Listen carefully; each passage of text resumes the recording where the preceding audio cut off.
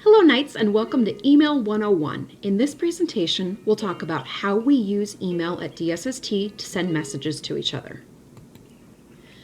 To begin, we'll start with some email basics, how to find and use email at DSST. Then, we'll talk about ways that we show respect to each other when we're sending emails. And finally, we'll discuss troubleshooting or what you can do if something isn't working. First off, email basics, how to find and use your email at DSST. At DSST, we use a program called Outlook to send emails to each other. Outlook icon looks very similar to the picture that you see on the screen. If you can't find it, you can search for it using the toolbar. Once you open Outlook, it will look something like this. You'll see that there are places to send emails, possibly folders and places where you can look at your new emails. In this area, you will have a list of all the emails that you have received. You can click on each one to read them. Email is an important place to check every day so you can see if you have any important messages from teachers or other staff members. To send a new email, click the button in the top left corner of the screen. It says New Email.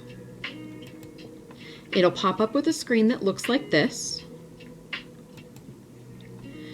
In order to decide who you're going to send your email to, you can either type their name directly into this field, or you can click the To button and search by people's first name. Make sure that you don't send an email to any of the addresses that say 6th grade teachers, 7th grade teachers, etc. This will send an email to every 6th grade teacher in the entire DSST network, not just our campus, so you want to make sure that you don't use that function. Once you have a new email popped up, you can type in the person that you want to send it to here, add in a subject line, which is just a few words that tell your reader a little bit about what your email is about, and then you can use the space here to type the actual message.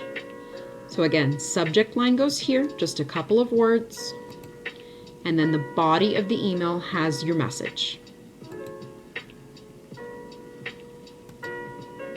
Another function that you can use within email is the calendar function.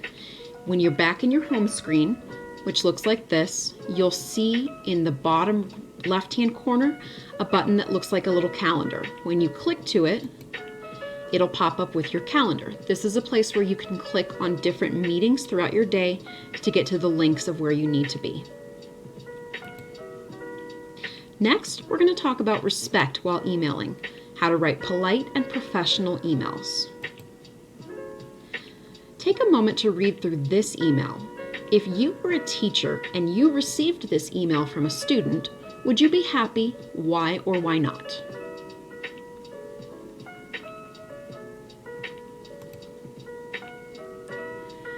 In this email, you'll see an example of the way that you should be formatting messages that you're sending to your teachers.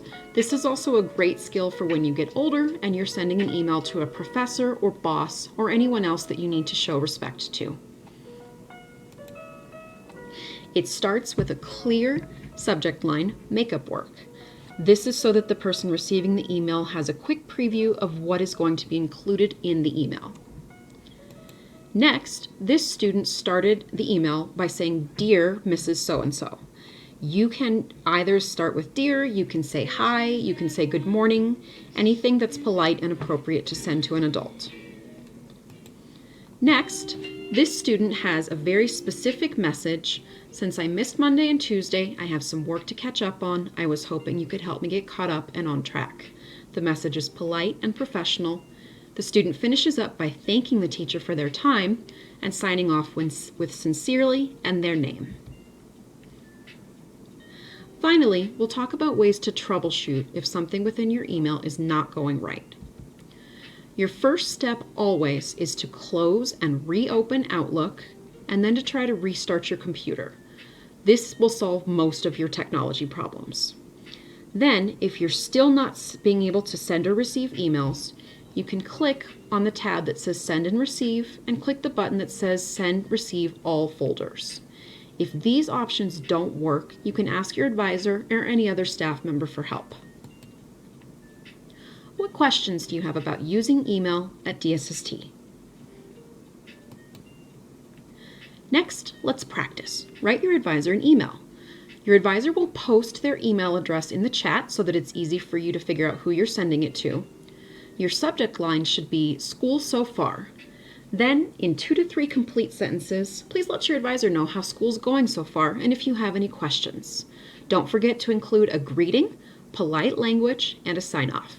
When you're done, hit send. Your advisor will also post the link for this video in the chat if you need to watch it again.